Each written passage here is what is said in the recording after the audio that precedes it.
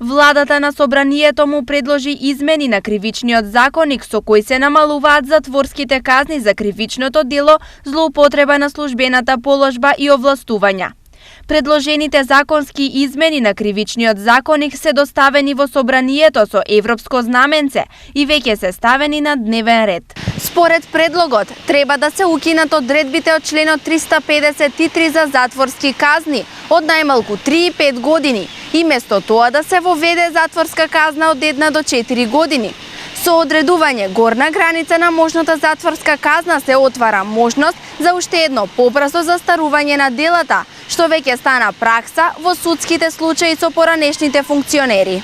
Вакви законски измени бараше ВМРО ДПМНЕ во 2018 година на тогашните лидерски средби на Зоран Заев и Христијан Мицковски со цел застарување на делата на обвинетите поранешни функционери од владата на Никола Груевски.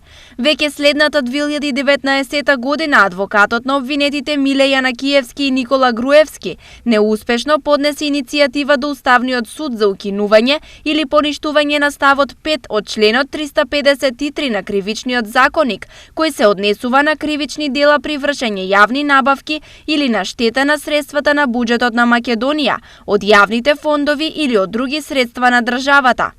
Со сегашниот предлог на владата овој став се брише. Предлогот на владата за помали затворски казни на поранешните функционери за граѓаните не е добра работа, бидејќи според нив повеќето функционери и така ги избегнуваат казните. За криминал треба да се осудат. Абе да се зголемат. Шо? Се украде. Диво живо.